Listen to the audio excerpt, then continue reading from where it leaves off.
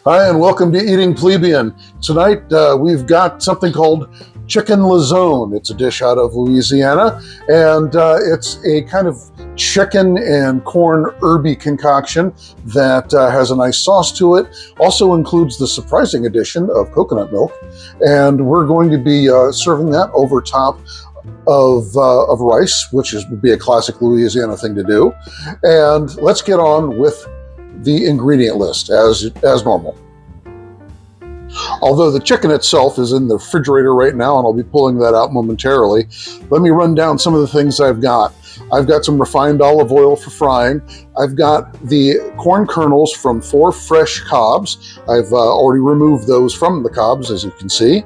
I've got 2 tablespoons of smoked paprika. I've got 1 tablespoon of chili powder, 1 tablespoon of onion powder, 2 tablespoons of fresh thyme. I've taken the leaves off of those, probably a few stems in there because, frankly, I'm farsighted. I can't see that up close. 3 to 5 garlic cloves that I've minced up. 3 tablespoons of just your normal butter.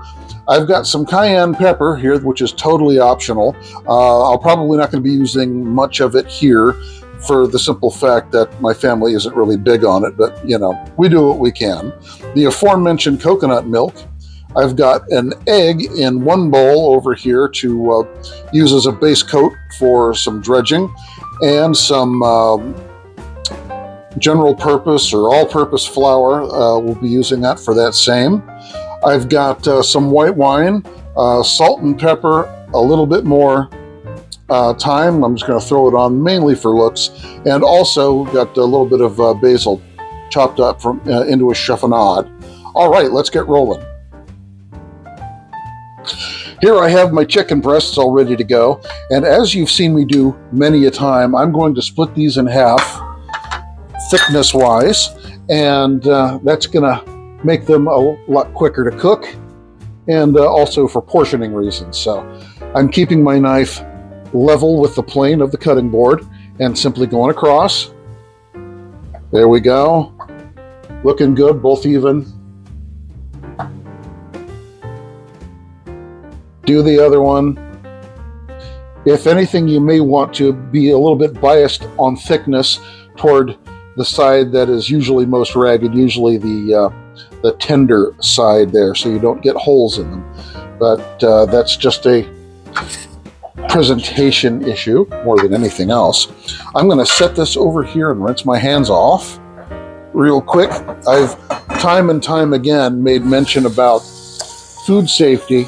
Anytime that you're touching poultry, you want to make sure that, especially if it's uncooked, that you not transfer anything over into other foods or pre-made foods, pre-cooked, what have you. All right, so I've got 1 egg. I'll just drop this in. We're going to give this a quick whip, beat, thrashing, spanking, whatever you want to call it. You don't have to go too far on this. We simply want the chicken to be able to adhere to the flour over on the side. There we are. Leave that there for a moment. I need to season these, which means I'll have to wash my hands again. Oh well. Get these placed over so we can get it all in. And my salt. I use kosher salt primarily because I can do pinches and dashes and things with it rather accurately. The problem with regular iodized salt, apart from the fact that the salt kind of tastes like iodine, especially if you're not used to it, you can grab exactly how much you think that you're going to need and replicate that. So I'm going to go for the pepper.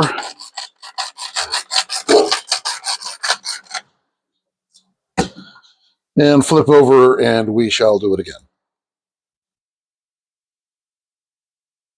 Get back over there. Wipe my hands off. And there's the other side. I'm going to start preheating my pan over here on about a medium heat just to get things going. And you've seen this pan here plenty of times if you've ever been on Eating Plebian before. So we're just going to let this warm up a little bit. I'm going to put my fork away. And then we're going to start proceeding on to the dredging for the chicken and getting it fried up. We'll be back in just a second. So what we want now is a tablespoon of butter. I usually cut those in half tablespoon little pats.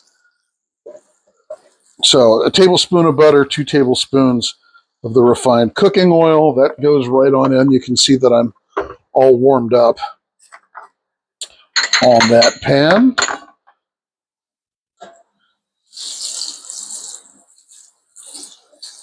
Yeah, that's ready to go. So I'm going into my egg bath first. Certainly not going to need much. Get off any extra.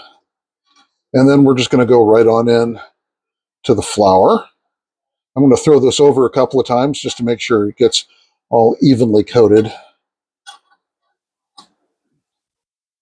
And there we are. It does not need to be pancaked on.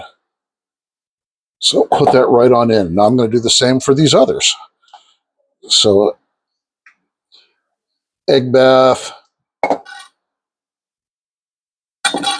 flour.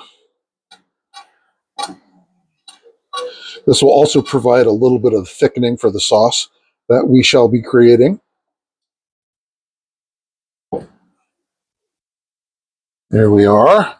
I started off the thickest one first because it's going to need just a little more time to cook than the other two. I'm going to turn my heat up slightly.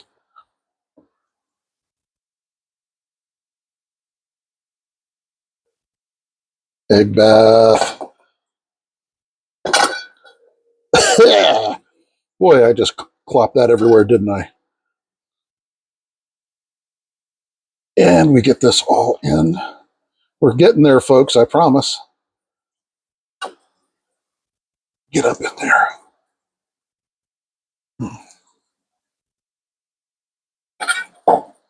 And the last one. And it's taking up the last of my egg, so that was planned out pretty well. I won't have that issue with the flour. I'll have a little bit left over, but I'm not going to be using it again anyway, not once it's had raw chicken dredged through it. I'm not going to be making biscuits out of it or something. All right. Now, I've got that in here. It's going to take between 4 and 7 minutes in order for these to get cooked over. I'm only going to wait about 3 to 4 before I turn them over. We are looking for a nice, consistent golden brown. It doesn't have to be completely cooked because we will be immersing these things back into the sauce to finish cook, and we will be checking with a food thermometer shortly once we get a little bit closer to the completion of the dish. Also need to mention that off to the side that I haven't shown you, I do have 2 cups of water, a cup of rice, and a teaspoon of salt, along with this saucepan right here. I'm going to assume that you've seen my other videos and you know how to make a batch of rice. But so anyways, I'll be making that concurrently, so if you see me doing it. All right, I'll catch you in just a couple minutes.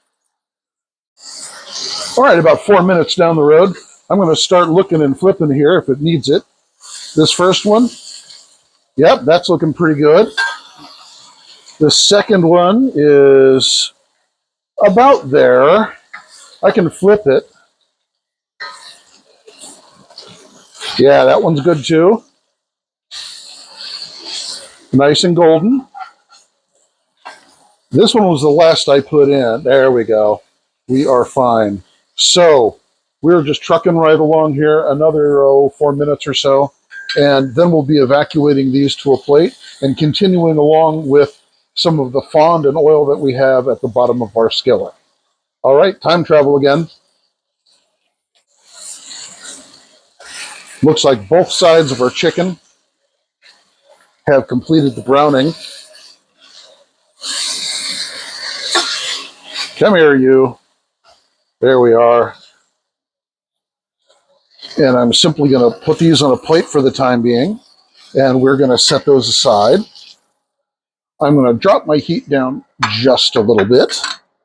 It's getting rather warm. You can see that there were slightly darker spots on the chicken. Now I'm going to put in, well, this got really soft sitting next to the stove. Gee, I wonder why. There we are. Butter. Does a buddy good. And just another tablespoon there. We are going to add in our 4 cobs worth of corn.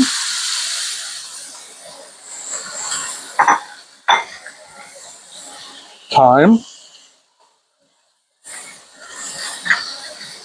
And garlic. Because you know how I am with garlic. We want to make sure that we get the fond up out of here as well. But we'll be throwing in some white wine in just a couple of minutes after this corn gets nice and golden. I don't know why I should say corn should get golden because, well, it's already yellow. But, you know, what are you going to do? Okay.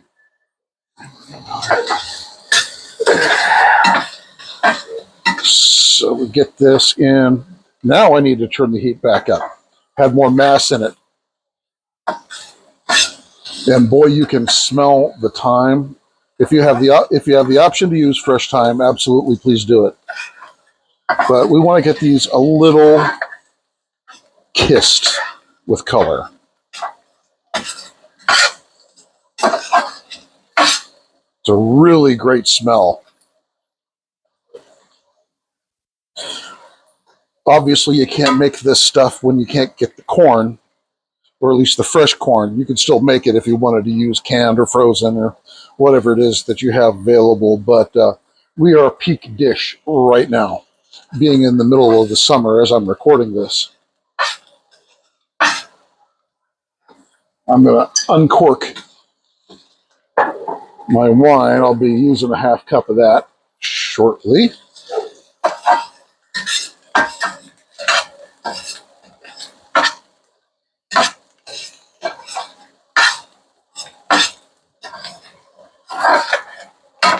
Get up in the corner so we don't get anything burning. We're starting to brown just a little. Just kissed, as I said.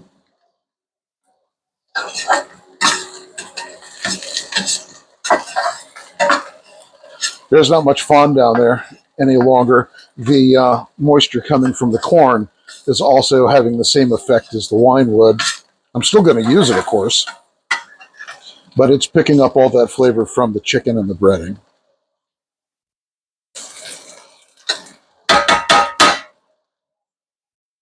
That there. I'm going to give this one more minute. I'll be right back. All right, this is almost as far as I want to take it. So I'm going to be adding in my wine. And we want to cook this for about 2 to 3 minutes. We want it to reduce a little bit. In the meantime, over on the side burner here, you may not be able to see it, I'm going to start my rice. So that's the 2 cups of water, cup of rice. This is basmati, half teaspoon of salt. And I'm just going to set that over here on medium heat and get it started.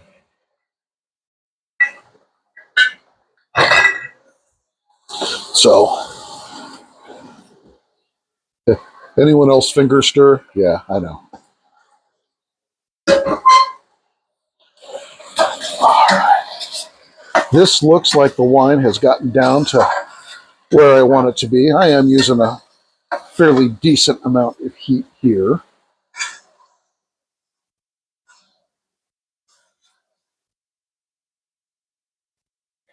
And now I'm going to start adding in a couple more things. One of them being the onion powder. Get on out of there. Chili powder. The smoked paprika.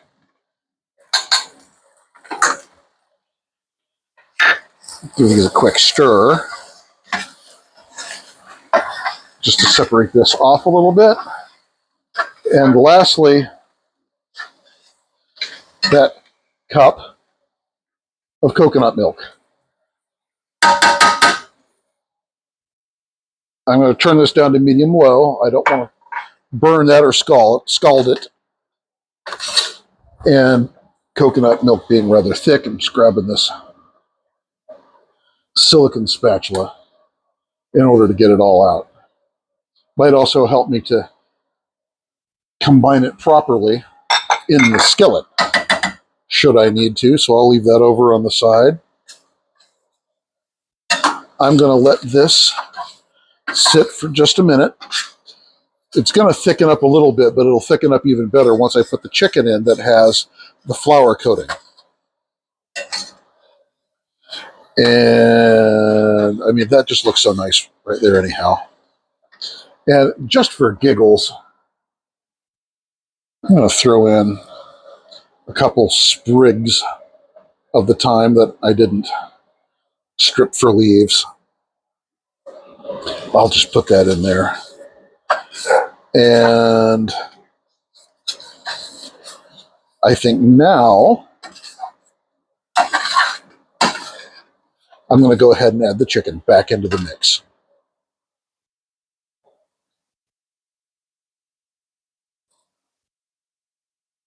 And they are warm.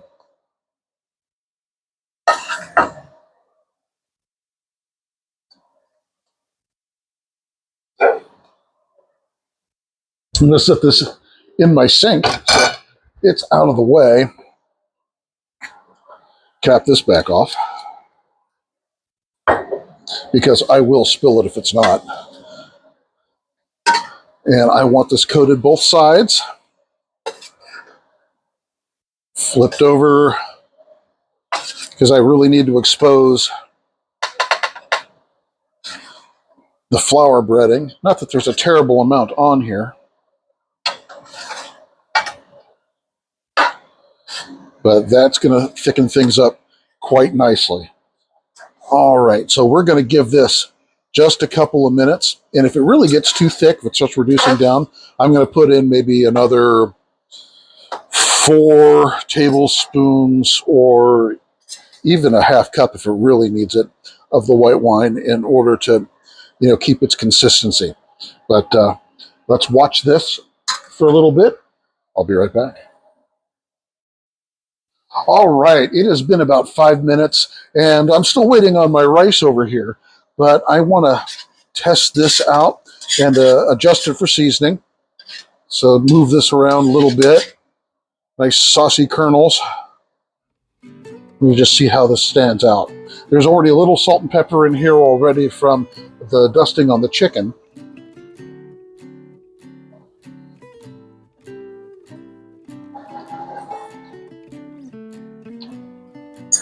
That's nice. It does need some more salt though. I'm probably going to put in another 1/4 to a 1/2 teaspoon.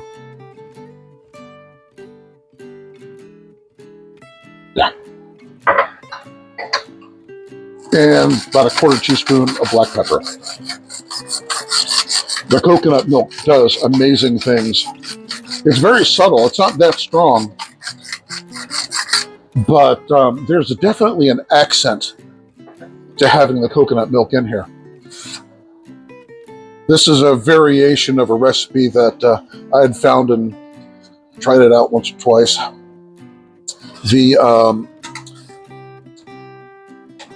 I'm following fairly close to it.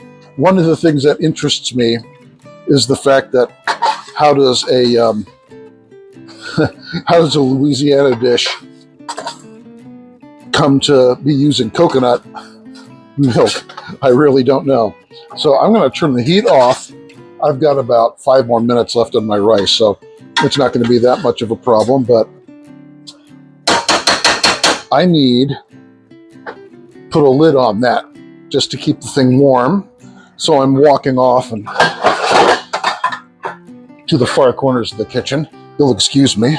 And I'm just going to cap this off for a couple of minutes. And as soon as my rice is done over here, then I'll be right back. We'll be getting to the plating shortly. All right, ladies and gentlemen, I prefer unto you Chicken Lazone. I'm going to get a little bit of rice over here.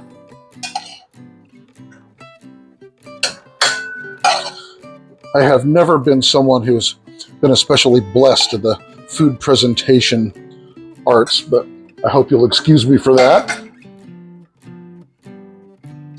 And we're going to take some of this corn and place it on. Still a little bit saucy in places, that's great. And lastly, piece of the chicken. I'm just going to set it on the side, just like that.